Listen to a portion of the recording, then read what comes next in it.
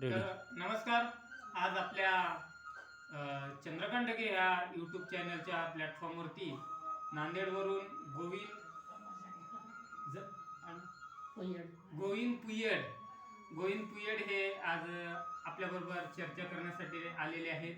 आज तुम्हा सर्वांना माहिती आहे की आज 3 डिसेंबर जागतिक अपंग दिन म्हणून पूर्ण देशभर साजरा केला जातोय.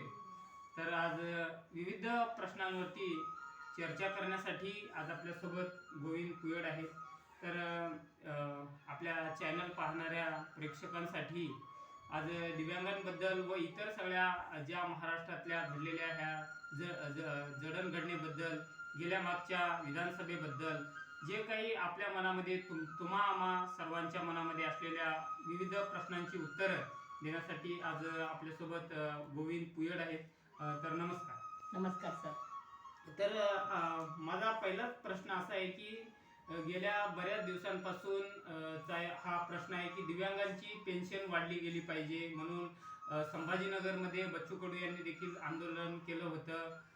तर त्या संदर्भात आपलं काय म्हणणं आहे की नेमकं दिव्यांगांचा पेन्शन वाढला गेला पाहिजे का? गेल्या बऱ्याच दिवसांपासून दिव्यांगांच्या संदर्भात आपलं काम हळूहळू जसं होईल तसं चालू आहे.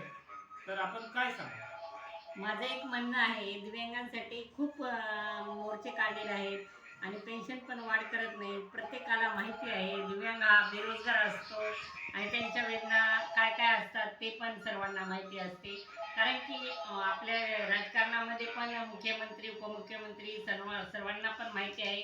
बच्चू कडू साहेब यांनी आपल्या मुंबईमध्ये पावसामध्ये सुद्धा त्यांनी उपोषण केलं होतं, भिजून सुद्धा.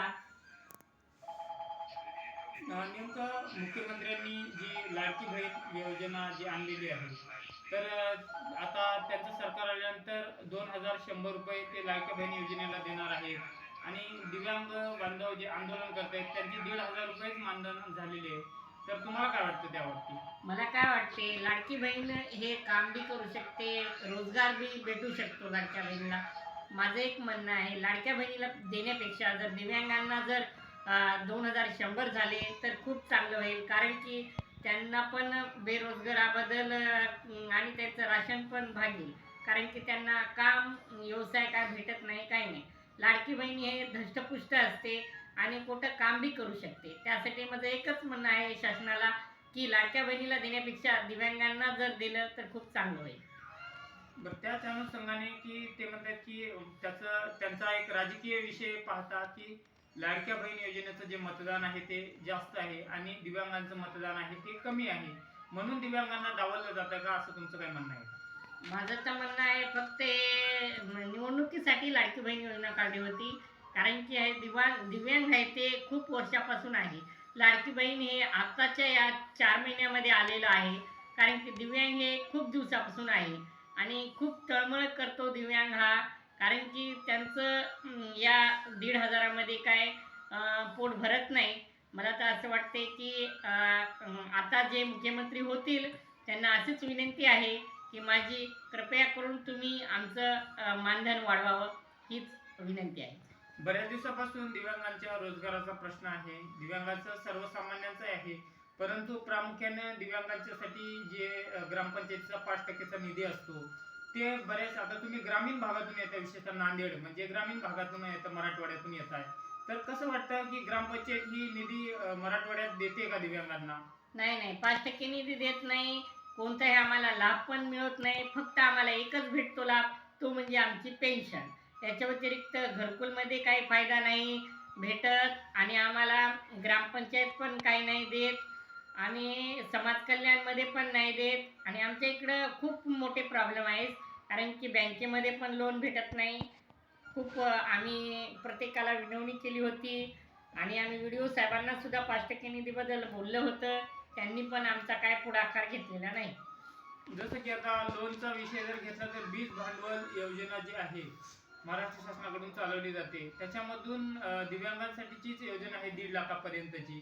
त्याच्यामधून तुम्हाला कधीतरी कोणातरी असे किंचित दिव्यांग आहेत का की त्यांना त्याचा फायदा मिळाला? नाही, कोणालाही लाभ भेटला नाही असं वाटते. कारण की शासनाने खूप काही योजना काढल्या आहेत, मला दिव्यांगांपर्यंत पोहोचू शकत नाही. कारण की भरपूर काही योजना आहेत. घरकुलमध्ये पण फायदा भेटतो म्हणतात आणि अंत्योदय राशन कार्ड पण भेटते म्हणतात दिव्यांगांना, ते सुद्धा लाभ भेटत नाही. बरं, ह्या अनुषंगाने मग सरकारला काय सांगाल तुम्ही की हे सगळ्या योजना तुम्ही सुरू केल्यात पण ह्या अंमलात आल्या नाही असं म्हणायचं आहे का अंमलात आणून खालचे अधिकारी प्रशासन काम करत नाही असं म्हणायचं आहे? माझं तर म्हणणं आहे प्रशासन पण काम करत नाही आणि जे काही खालचे लोक आहेत ते पण काही पुढाकार घेत नाहीत आणि ते पण दुर्लक्षपणा करत आहेत. मग या गोष्टींना जबाबदार नेमकं कोण आहे? सरकार आहे. सरकारने पडताळणी करायला पाहिजे. कोणत्या खेड्यामध्ये काय लाभ दिला पाहिजे, कुठे काय दिलं पाहिजे, हे सुद्धा त्यांनी वारंवार बघितलं पाहिजे. बरं, ह्या मागच्या ज्या विधानसभेच्या निवडणुका झाल्यात आणि विधानसभेच्या निवडणुका ह्या कशा झाल्यात तुम्हाला असं वाटते? आम्हाला तर फ्रॉड झाले असं वाटते, कारण की याच्यामध्ये प्रॉब्लेम आहे. मशीनमध्ये काहीतरी सेवा म्हणतात, त्याच्यामध्ये प्रॉब्लेम आलेला आहे असं वाटते. कारण की गुजरातमधून आणलेलं आहे ते, असं मला वाटते. असं शक्यच होऊ शकत नाही, कारण की वन साईड कधीच येऊ शकत नाही महायुती. असा भ्रष्टाचार आहे. मराठवाड्यामध्ये जरांगे फॅक्टरचा प्रभाव होता असेही म्हणतात, परंतु जरांगे पाटील फॅक्टर हा मराठवाड्यात चालणार नाही असं तुम्हाला वाटत होतं का? नाही नाही नाही, आम्हाला 100% मराठा आरक्षणाविषयी मुद्दा चालेल आणि महायुती सरकार येणार नाही असं वाटलं, कारण की त्यांनी पण अक्कल लढवली थोडी, त्याच्यामुळं हा जरा घोळ झालेला आहे.